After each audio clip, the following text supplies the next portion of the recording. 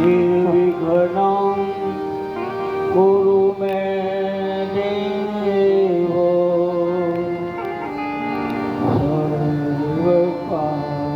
सर्वकार्येषु सर्वदा या देवी सर्वभूतेषु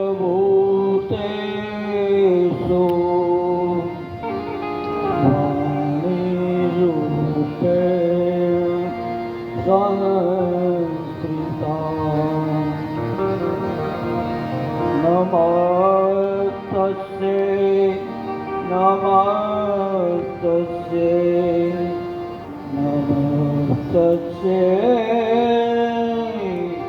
नमो नमः। गुरुर्ब्रह्मा गुरुर्विष्णु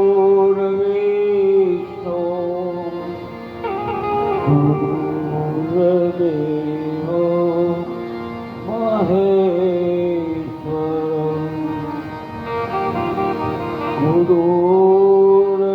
गुरुर्साक्षात् परब्रह्मा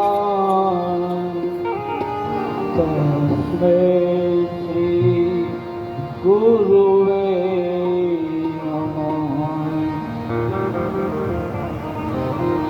भवानी शंकरो वंदे श्रद्धा विश्वास रूपिणो याभ्यां विना न पश्यन्ति सिद्धाः स्वान्तस्थमेश्वरम्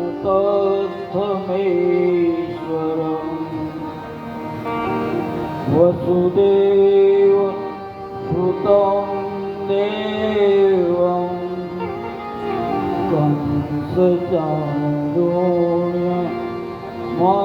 कंसचाणूर्यमर्दनं देवकी परमानन्दम् कृष्णं वन्दे जगद्गुरुं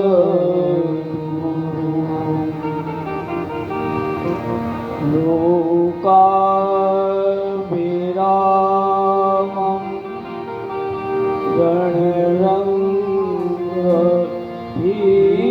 गणरङ्गधीरम्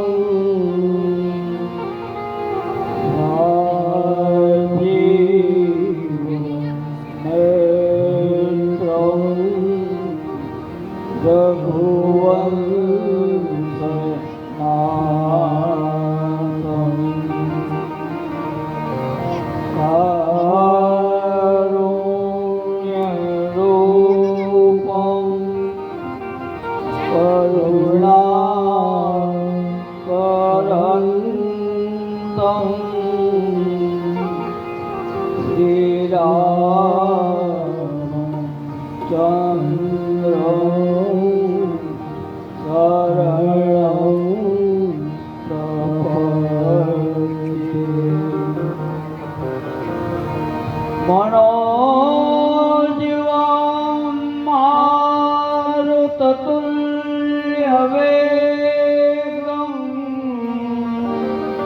जितेन्द्रियं बुद्धिमतां वरिष्ठं वातात्मजं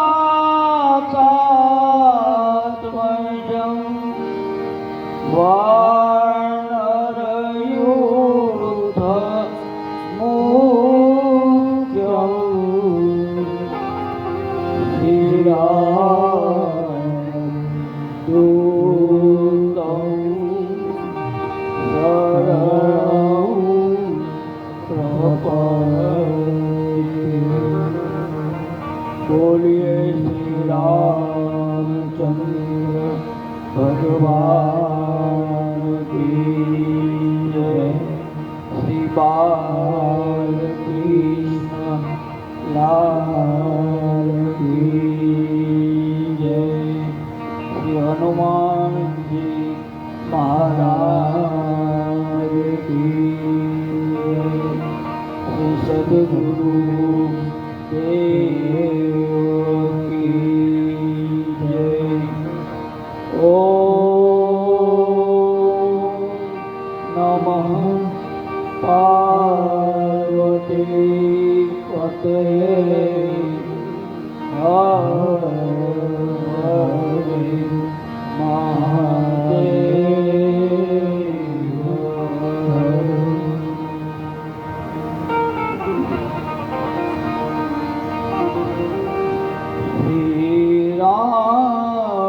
રામચંદ્ર કૃપાલો ભજે હરણ ભય દારુણમ શ્રી રામચંદ્ર કૃપાલો ભજ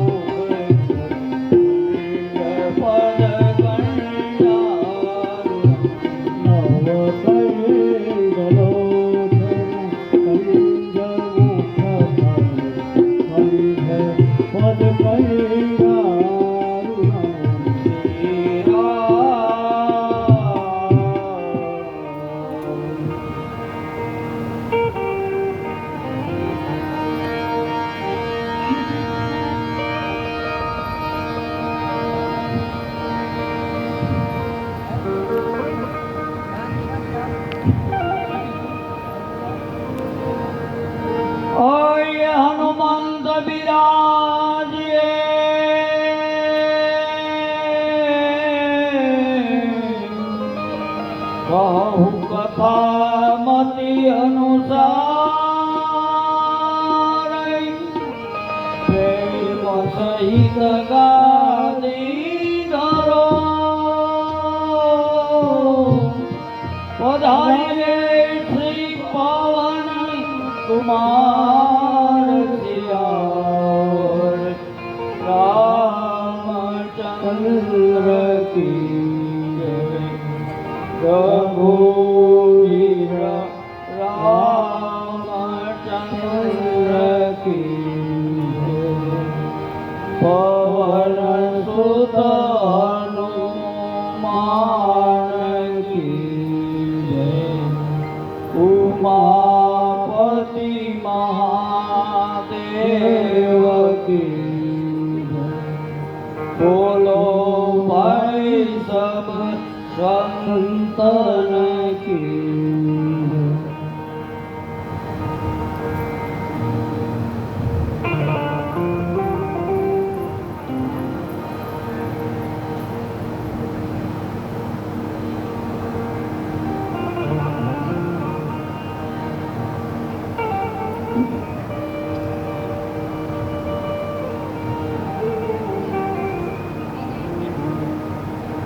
ગુરુ હરિહર ગણઈ સધી સુમેરો તુલસીદાસ કરત ગોપાલ માતમ શ્રી રામાયણ હવે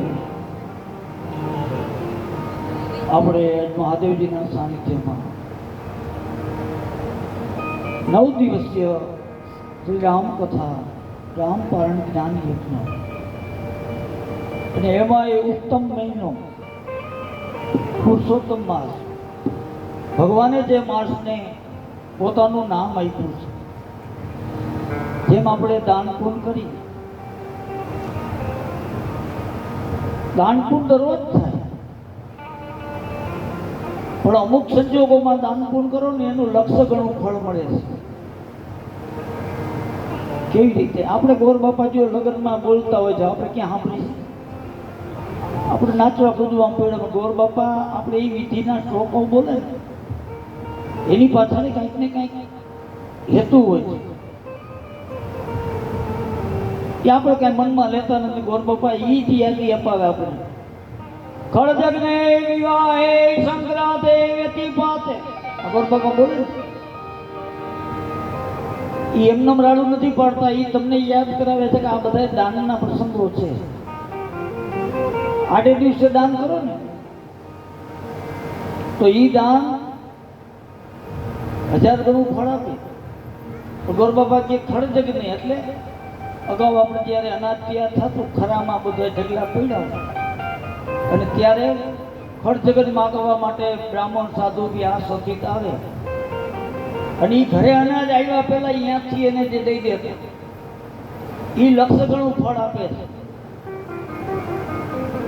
ખળજગને વિવાહે દીકરા દીકરીના લગ્ન હોય ત્યારે તમે દાન આપો બ્રાહ્મણ સાધુ રાજી કરો તો એ તમારા દીકરા દીકરીને જેના લગ્ન છે ને એને લક્ષ ગણું ફળ આપે છે ફળતાને આપણે કરોડો રૂપિયા ફટાકડામાં ઉડાડી દઈ બેન્ડ પાર્ટીમાં ઉડાડી પાર્ટી પ્લોટમાં ઉડાડી પછી આ ઉગવાનું છે એ વાત આવે ને છોકરો પૂછે બાપાને કે આપણે ગોરદાદા આવ્યા છે તો શું આપ્યું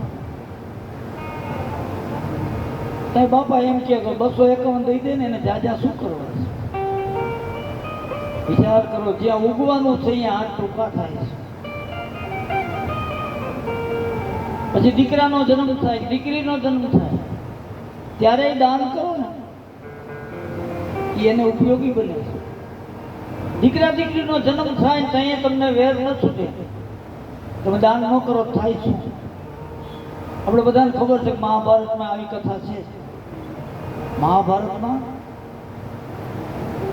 5 પાંડવનો જન્મ થયો જંગલમાં હતા પાંડુરાજા છતાંય એને અઢળક દાન આપ્યું બધું હતું એ આપી દીધું અને હસ્તિનાપુરની અંદર ધૃતરાષ્ટ્રને ત્યાં 100 દીકરા થયા. જોકે બે દુર્વાસાના આશીર્વાદથી થયેલા મંત્રથી. આપણે ધૃતરાષ્ટ્રએ શકુની એટલો આનંદ મનાવ્યો, નાચ્યા ભૂલ્યા, નાચવા કર્યું, બોલાવ્યું, આનંદ થઈ ગયો. ભીષ્મ દાદા બેઠા છે. ભીષ્મ દાદાએ કીધું દુર્યોધન આ બધું ઠીક, ધૃતરાષ્ટ્ર આ બધું ઠીક છે, પણ હવે તું 100 દીકરાનો બાપ થયો છે, તો ધૃતરાષ્ટ્રને કે કાંઈક દાન કર. અને ત્યાં ધૃતરાષ્ટ્ર એટલું જ કીધું દાદા એ મેળ નહીં પડે. ભીષ્મ પિતામાં ચમકી ગયા કે દાન કર. હા દાદા, જો અગાઉ કીધું હોત તો થોડું જાજુ કરે, હવે તો મારે ખાવા વાળા થયા, કઈ ખજાનો લૂંટાવી નથી દેવું. ત્યારે જ ભીષ્મ પિતાએ નક્કી કરી લીધું, ભલે 100 દીકરાનો બાપ થયો, પણ આમાં ભૂખી બુકડો ભરે ને. આપણે બધા જોઈએ છીએ, હવે તમારો વંશ આગળ વધે, દીકરા દીકરીનો જન્મ થાય, એ દાનનો પ્રસંગ છે. વ્યતિપાત હોય, મહિનામાં ક્યારેક 1 હોય, ક્યારેક 2 હોય, તે દિવસે કરેલું દાન પણ લક્ષ ગણું ફળ આપે છે. સંક્રાંતનો દિવસ હોય, સંક્રાંતે કરેલું દાન એ લક્ષ ગણું ફળ આપે. અને આ પુરુષોત્તમ મહિનો, જોકે આ મહિનાને પેલા તો તિરસ્કાર કરી દીધેલો, આને બધા કહેતા હતા કે વધારો ઘટાડો કાઢ્યો છે ને આ મળ માસ છે, એનો તિરસ્કાર કર્યો હતો. પછી મળ માસ દુઃખી થાય છે. આપણે પુરુષોત્તમ માસના અધ્યાયમાં આવે છે કથાઓ, ભગવાન પાસે જાય છે. પછી ભગવાને કીધું કે દુઃખી થમા, તારું નામ મળ માસ નહીં. ભગવાને પોતાનું નામ આપ્યું કે આજથી હું તને અપનાવું, અને બીજા 12 મહિના ભલે રહ્યા, એમાં ગમે એટલું દાન કરે, પણ આમાં આ 1 મહિનામાં જેટલું દાન કરે એ 12 મહિના કરતા લક્ષ ગણું ફળ આપશે. તો એવો આ પુરુષોત્તમ માસ, અને એમાં શિવજીના સાનિધ્યમાં, મહાદેવજીના સાનિધ્યમાં, અને એમાંય પછી આ જેજુનું મેં એવું સાંભળ્યું છે કે આ શિવાલય જેજુનું સ્થાપિત થયું. આ બધા મારી ઉંમરના બધા કહે છે કે આ મંદિર બન્યા પછી આ પ્રાંગણમાં એક પણ કથા થઈ નથી. અગાઉ પણ આવી ચર્ચા રોજી સાહેબને અમે આવ્યા, કરશનભાઈ બેઠા હતા, ચા પાણી પીધા, શિવાલય લિંગ બાબતનું કામ હતું, ત્યાં ચર્ચા થઈ. મેં ગ્રાઉન્ડ સરસ છે બધું, મને કે કથા કરી નાખે. એટલે આ તો એની ઈચ્છા હોય ત્યારે જ થાય. તો આ યોગ અત્યારે આવ્યો ને એમાં પુરુષોત્તમ મહિના. અને પછી મેં કીધું એક કામ કરો, પુરુષોત્તમ મહિનો છે, હવે અમથા એક ટાઈમની કથાઓ થઈ ગઈ છે, તો આપણે બપોર પછીની જ રાખી. મેં આ મારી 6ઠી કથા છે, 2 થી 6 ની. જ્યાં જ્યાં કરી ત્યાં એવી મજા આવી. ગયા પુરુષોત્તમ માસમાં સુરતમાં હતી, અમરોલી, એ ગોપી મંડળનું આયોજન. મને કે પણ બપોરે કોણ આવશે, ભાઈ તમારે ક્યાં જોવાનું? અને કથા કરી 2 વાગે ત્યાં મંડપમાં હું ન આવું ત્યાં ભરાઈ ગયું. અને પાછું ગોપીઓને શું હોય, ગોપી પુરુષોત્તમ પૂજવા જવું હોય, દર્શને જવું હોય, બધી વાર્તા કરવી હોય, એ બધું સવારમાં પૂરું થઈ જાય. ઘરકામે સવારમાં બધું પૂરું થઈ જાય. બપોરે 2 વાગે ત્યાં હાવ નવરા, અને પાછા 6:30 વાગે ત્યાં ઘરે. અને એવો આનંદ આવે. પણ જો તમે કથામાં જાઓ તો આનંદ આવે. એટલે પહેલેથી આજ તમને થોડાક નિયમો કહી દઉં. જોકે અહીંયા તો મારી બીજી કથા છે, બધાને ખબર છે. આપણે દરરોજ બપોરે 2 વાગ્યે કથા શરૂ થઈ જ જશે. તમને બધાને ખબર છે, ટાઈમને તો હું જરાય આગા પાછું કરતો નથી. 2 વાગે કથા શરૂ થાય, 4 વાગે ઇન્ટરવેલ અહીંથી ધૂમ બોલાવી 10 મિનિટમાં જે કંઈ ચડાવવા કરવા હોય, ચા પાણી ખાવા હોય, જે કંઈ એ 10-15 મિનિટમાં થઈ જાય. પાછી કથા શરૂ. સાંજે 6 વાગે કથાને વિરામ, એટલે 4 કલાકની કથા. પછી આરતી, થાળ પ્રસાદી થાય, પછી આપણે ઘરે જવાનું. અને આ શિવજીના સાનિધ્યમાં વિધિવત કથા છે. સામાન્ય કથા નથી, પુરુષોત્તમ માસની કથા શિવજીના સાનિધ્યમાં. અને પ્રથમ કથા શિવજીના સાનિધ્યમાં અલગ બે લાભ છે, પણ જેના ભાગમાં હોય એને મળે. અને પહેલી સૂચના તો એ કરી દઉં કે તમે આવો કે ન આવો, બરોબર 2 વાગ્યે મારું મંગલાચરણ શરૂ થઈ જાય છે. જેને લાભ લેવો હોય એ વહેલા આવી જાય છે. અને બીજી સૂચના એ કે તમારે પોથીના દર્શન કરવા હોય તો વહેલા આવજો. હું વ્યાસપીઠે આવી ગયા પછી પોથીના દર્શન કરવા આવવાની મનાય છે. પછી 4 વાગે ઇન્ટરનેટમાં ધૂન બોલાવી ત્યાં કરી લેજો. મોડા આવો તો એમને બેસી જાય. એથી મોડા આવો તો 6 વાગે આરતી થાય ત્યાં કરી લેજો. અને આ કથામાં ઘણા નિયમો છે. પહેલા તો જેને કથાનું સંપૂર્ણ ફળ લેવું હોય એની નિત્ય કર્મ કરી કથાના સમયે ઘરેથી નીકળી ઘર કામમાંથી પરવારી અને ઘરેથી નીકળો ને એટલે મોઢેથી જે દેવને માનતા હોય તો સમરણ કરતા કરતા મંડપે આવી જવાનું. સમયસર આવી જવાનું, સ્થાન લઈ લેવાનું. અને કથા પૂરી થાય, આરતી ઉતરી જાય, થાળ બોલાય, પ્રસાદી લીધા પછી જવાનું. ઘણા બહેનોને એટલી ઉતાવળ હોય ને કે હજી અહીંયા આરતી ઉતરતી હોય તો મેં કીધું બહેનો પ્રસાદ તમે ચૂકીને જાઓ છો. જો સામાન્ય સત્યનારાયણની કથાનો પ્રસાદનો અનાદર થાય તો કેટલો અનર્થ થાય છે આપણે બધા જોયું. તો આ તો 9 દિવસનો મહાયજ્ઞ છે. એ ઉતાવળ નહીં કરવાની. હા, જરૂરી કામ આવી ગયું અને જાઓ તો જુદી બાબત છે. 9 દિવસ સુધી આપણે આ કથાનો લાભ લેવાનો છે. વચ્ચે આવે છે બાલકાંડમાં શ્લોકાના નિયમો, વક્તાના નિયમો, આવું બધું આવે. પણ પછી વચ્ચે આવે એના કરતા હું પહેલા કહી દઉં. આ રીતે પછી એકટાણા ઉપવાસ એ ફરજિયાત નથી. એકટાણા ઉપવાસ તમારી શરીરને સીધતું હોય તો એકટાણા કરજો. નકર તમે તમારે તને ટાઈમ ખાઈને આવજો, કાંઈ એ વાંધો નથી.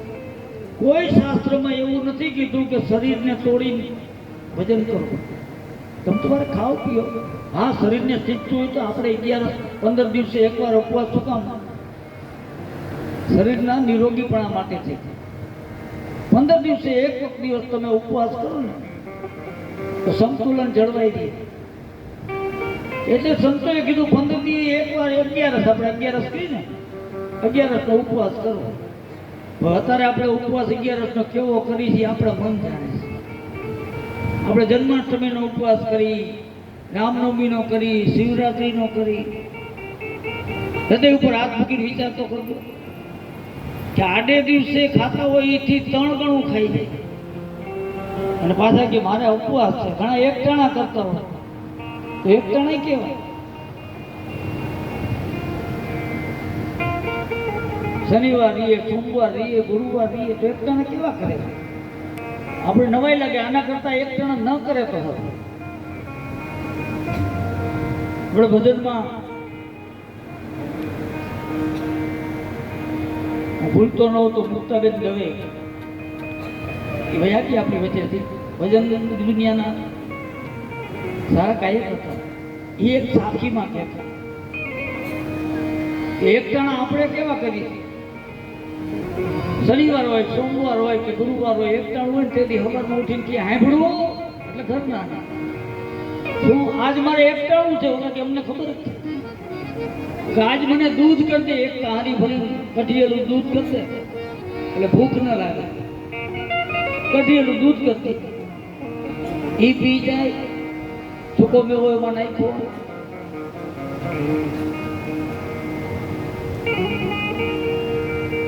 સાખીમાં સરસ વર્ણન કર્યું છે કે સવારમાં ઉઠીને દૂધ કઢિયેલું એમાં નાખ્યા એલચીના દાણા અને પાછા કે અમે કરીએ છીએ એટલેથી અટકે સારું. પણ 10 વાગે ત્યાં તો પાછો આવે. આજ તો અને જે વસ્તુને તમે યાદ રાખો ને એ તમને હેરાન બહુ કરે. એ તમને હેરાન કરે. તમને એમ હોય કે મારે ઉપવાસ છે, એકટાણું છે એટલે એ તમને ઘડીએ ઘડીએ ખાવાનું યાદ કરે. 10 વાગે ઘરે આવી એક કામ કરીને ચા બનાવી, સિંગદાણા શેકી દે, ફરી શીખલા. 10 વાગ્યાને પાછી ભૂખ લાગી કે શેકાયવા સિંગદાણા અને પાછા કહે કે અમે કરીએ છીએ એકટાણા. હજી બપોરે એકટાણું તો બાકી ને બાકી. બપોરે 12 માંડ વાગવા દે, હાલ હાલ જલ્દી ખાવાનું કાઢું. બપોરે કેટલું ખાધું કે 12 વાગે 12 રોટલી જઈમાં સાથે દાળ ભાત ને અથાણા. 12 રોટલી દાળ ભાત શાક અથાણા ખાઈ છીએ. હવે તમે વિચાર કરો, બપોર નો થયો, હજી બપોર થયું છે ત્યાં 3 ઉથલ વરી ગયો. જોકે આપણી ગામડાની કથામાં આજ મજા છે, એની વ્યાખ્યા ન કરવી પડે. જોકે અમુક સમય પછી એની વ્યાખ્યા અમુક સિટીમાં કથામાં એ ફેર કહેવાય કે મને ચીઠી આવી કે ઉથલ શું મેં કર્યું તો ગામડામાં આવવું પડે. આપણે ગામડામાં તો હજી આ નાની સાંગને બહુ ખબર ન હોય, બાકી આપણે ખેતરે હાથી આપતા ને ચા પૂરો થાય નોંધી પાછા વળીને આવે એને ઉથલ વિયામો થાય. હવે બપોર થયું તે 3 તો ઉથલ વળી ગયું. હજી હાંજ તો બાકી. 4 વાગે પાછો ઘરે આવ્યો. 4 વાગ્યા ને હૂંઠવારી ચા પીધી અને પાછળ ખાધા તલના દાણ. ઘરના કે ચા બનાવ ને લેવ તો ચા બને ત્યાં લાવ એક ખાયડી ફક્ત તલ ફરાડી કહેવાય. હજી હાંજ બાકી. હાંજે ઘરે આવે પછી રિયો હોય એકલો, લાભ બધાને મળે. સાંજ પડીને સુરણ મગાવી ભેગા બટેટા આઈ બફાણા. પછી આખું ઘર ભેળા મળીને ફરાડે. પછી તો બધાય લાવી. અમુક છોકરા આમાં લાલચું થઈ ગયા. પપ્પા શનિવાર કે ગુરુવાર સોમવારે તો છોકરા રાહ જોઈને બેઠા. મમ્મી સોમવાર કેદી જેમ પૂછે એને ઓલું લાવ લેવું, ખાવામાં મજા આવે એટલે. હવે છોકરાના મન બગડે એવા એકટાણા કરવા એના કરતા તો કોઈ શાસ્ત્રમાં નથી કીધું. તમારો જીવ ન માનતો હોય તો એકટાણા ન કરતા. આયુર્વેદે કીધું છે 15 દિવસે એકવાર તમે ઉપવાસ કરો તો શરીર નિરોગી. એકટાણા ઉપવાસ શીખતું હોય તો કરવાના 9 દિવસ સુધી. અને કથા પૂરી થાય, ભગવાનનું નામ લેતા લેતા જે દેવ દેવીને માનતા હોય, તમારો ઈષ્ટદેવ કોઈ પણ હોય એ નામ લેતા લેતા ઘરે જવાય. આટલું શું કામ કહું છું કે તમે કથામાં આવતા હો અને કથામાંથી પાછા જતા હો ને તો એ મેં ઘણી જગ્યાએ સાંભળ્યું છે. અહીંની વાત નથી. ખાસ કરીને બહેનો ભાઈઓનો તો ઠીક છે, બહેનો સત્સંગ મંડળમાંથી નીકળે, ગોપી મંડળમાંથી નીકળે, કથામાં નીકળે ને આ જાપો ન વર્તે ત્યાં લગભગ ચાલુ થાય. હવે અહીંયા 4 કલાકમાં ફળ ન મળ્યું હોય એથી 4 ગણું પાપ લઈને જાય છે. એટલે હું બહાર દઉં કાંઈથી નીકળો કાંઈ કોઈ યાર વાતો ન કરતા મનમાં તમારે ઈષ્ટદેવનું નામ લેતા રહેતા. અને આવી રીતે 9 દિવસ કથા સાંભળો, અલૌકિક ફળ મળે.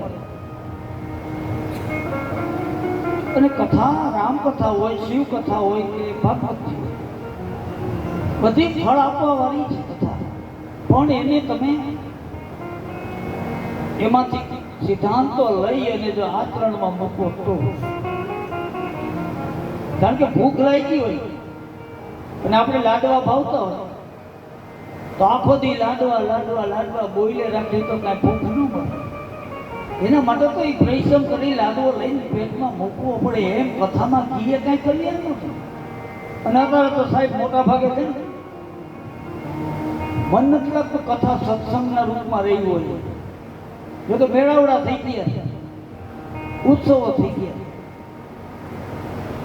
આ ઉત્સવ નથી, આ મેળાવડા નથી, આ આત્માના કલ્યાણનું એક સાધન છે.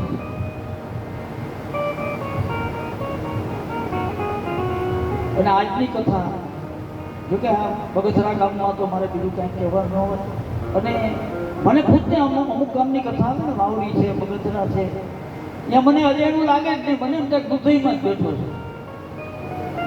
એટલે આપણે બધાએ સાથે મળી અને 9 દિવસ સુધી શિવજી, હનુમાનજી એના સાનિધ્યમાં આ ગુણાનો વાત ગાવાના છે અને આમાંથી જેટલું લેવાય એટલું લેજો. હું તો એમ કહું કથા વર્ષે 2 વર્ષે એકવાર થવી જ જોઈએ. ઘણા લોકો એમ કહે આ કથા તો બહુ સાંભળી, એકને એક કથાની વાત નથી. આ રામકથા આપણને શું સંજ્ઞા કરે? રામકથા આપણે કેમ જીવવું, એકબીજા સાથે વર્તન કેમ કરવું, પતિએ પત્ની સાથે, પત્નીએ પતિ સાથે, બહુએ સાસુ સસરા સાથે કેવી રીતે જીવવું એ આ રામાયણ બતાવે. એટલે આ રામાયણ આ યુગમાં જરૂરી છે ને અત્યારે આ વધી ગયું. અને ક્યાંક આ કથા આજ થઈ, આમાં તમને સિદ્ધાંતો મળ્યા હોય, ઘણા એમાંથી ગ્રહણી કહી જાવ, પણ પાછા ક્યાંક ખૂટી ગયું. વર્ષ 2 વર્ષ થાય એટલે અમુક સિદ્ધાંતો ચૂકાઈ ગયા હોય તો 2 વર્ષે પાછી કથા થાય ને એ સિદ્ધાંતો યાદ આવી જાય પાછું. અને હું એમ કહું કે આપણે સંસાર છે ને, આપણે સંસાર નથી, એક જાતની સાયકલ છે. ઘણી વખતે કહું આપણે સાયકલ લઈ જતા હતા, હવે આ બધું થઈ ગયું ને. પહેલા સાયકલ હોય હારો માણસ કહેવાતો, સુખી કહેવાતો. અને સાયકલ લઈને જતા હોય એમાં જો એકાદી ચેનની કડી ખરાબ થઈ જાય તો સાયકલ બરોબર હાલે નહીં. ઘડીએ ચેન ઉતરી જાય, ફરી ચડાવવો પડે. ચેન ચડાવવો એટલે તમારા હાથ ને કપડા ને બધું કાઢવું છે, વળી માથે બેવો, વળી ચેન થઈ જાય. એમ સંસારમાં આવું થાય. ક્યાંક આપણી સાયકલની કડી ખરાબ થઈ હોય ને તો ચેન ઉતરી જાય, સાયકલ બરોબર હાલે નહીં. તો પેલી સાયકલની ચેન ખરાબ હોય તો એને આપણે સાયકલ સ્ટોરમાં રિપેર કરવા જાય તેને મેળ પડે. આપણી સંસાર રૂપી સાયકલની કડી ખરાબ થઈ ગઈ, ક્યાંક ઘટતું હોય, એના માટે સાયકલ સ્ટોર કયો તો એના માટે આ સત્સંગ કથા કીર્તન આ એનો સાયકલ સ્ટોર છે. અને હું તો પહેલેથી જ કહી દઉં કે જે વર્ણન આવે અહીંયાથી વર્ણન થતું હોય ને તે તમારી જાતને હારે મુલકતા જઈજો. શું કામ? અહીંયાથી જે વર્ણન થતું હોય આપણી ત્યાં અંતર્મુખ થવાય કે આમાંથી આ વર્ણન આવ્યું મારામાં છે. હોય તો સારી વાત, પણ ન હોય તો એ તમારે લઈ લેવાનું, તમારી કડી હરકી કરી લેવાની. તો જ કથા કામની છે. નકર તો બધી કથા ગયા પછી કે છે ઘરે મહારાજે ઓલું ઓઠું બહુ સારું દીધું. ઓરે ઓઠાને મૂકો તડકે. ઓઠા તો સિદ્ધાંત ને દ્રષ્ટાંત છે ને, એ સિદ્ધાંતને આચરણમાં ઉતારવા માટે થઈ અને દ્રષ્ટાંત છે. દ્રષ્ટાંત છે એ કોઈ સિદ્ધાંત નથી. આ તો તમને સહેલાઈથી સમજાય, તમારા હૃદયમાં ઉતરે એના માટે થઈને અમે દ્રષ્ટાંત દેતા હોય કથામાં. ઘણી વખત હતું આપણે હમણાં આષાઢી બીજ આવશે, પછી બધા આષાઢી બીજના દર્શન કર્યા પછી એકટાણા કરે, રામ રામ કરવા નીકળે, આપણે બધાને ખબર. હવે એમાં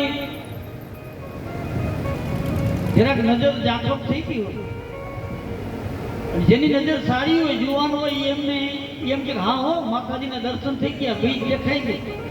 જેને દેખાતું ન હોય શું ક્યાં છે, મને તો આમાં કઈ દેખાતું નથી. પણ જેને બીજના દર્શન કર્યા હોય, જેની આંખો સારી હોય, એ એમ કે જો આમ નજર કરો, આ ફલાણા ભાઈ નું મોભારું દેખાય છે તો કે હા, એ મોભારાથી 2 હાથ આમ જુઓ, એ મોભારાને પેલા લઈએ પછી અહીંયાથી 2 હાથ આમ જુઓ એટલે બીજ દેખાઈ જાય. નકર બીજને મોભારાને કાંઈ લેવા દેવા.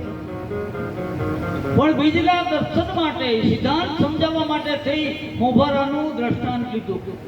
એમ કથાના દ્રષ્ટાંતો છે ને તમને સિદ્ધાંતો સમજાય એના માટે છે. પણ તમે આપણે કરીશું સિદ્ધાંત મૂકી દઈ દ્રષ્ટાંત પકડી રાખીએ, એનાથી કલ્યાણ ન થાય. બાકી તો સવારે આપણે હિલાવણ કરતા હતા, બહુ ઘણા ટાઈમ મને એ ગીત સાંભળવા મળ્યું. રામાયણ ખાલી કથા નથી,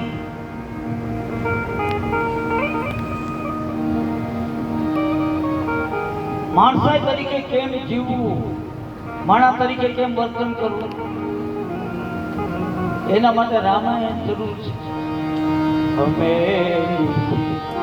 धर्म पर चलना सिखाती रोज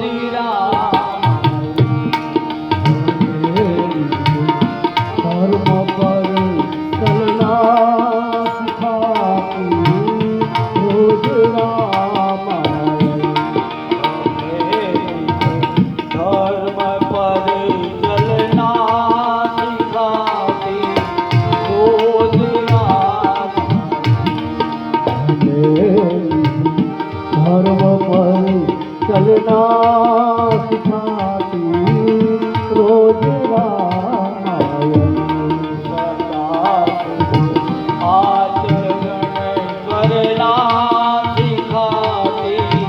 रोज रामायण। सदा शुभ आचरण करना सिखाती रोज रामायण। માણસે કેમ વર્તન કરવું, માણસ તરીકે કેમ જીવવું, સારું સારું આચરણ કેમ વર્તન કરવું એ રામાયણ શીખડાવે. અને એટલું જ નથી પણ જો સારું આચરણ કરતા કરતા મનુષ્યનું જીવન સારી રીતે જીવતા જીવતા જેની જે ભવસાગર તરી જેવો હોય ને એના માટે રામાયણ. જીને સંસાર સાગર કો ઉતરकर पार जाना है। जिन्हें संसार सागर को उतर कर पार जाना है। जिन्हें संसार सागर को उतरकर पार जाना है। जिन्हें संसार सागर को उतर कर पार जाना है। उतरकर पार जाना मुझे किनारे पर लगा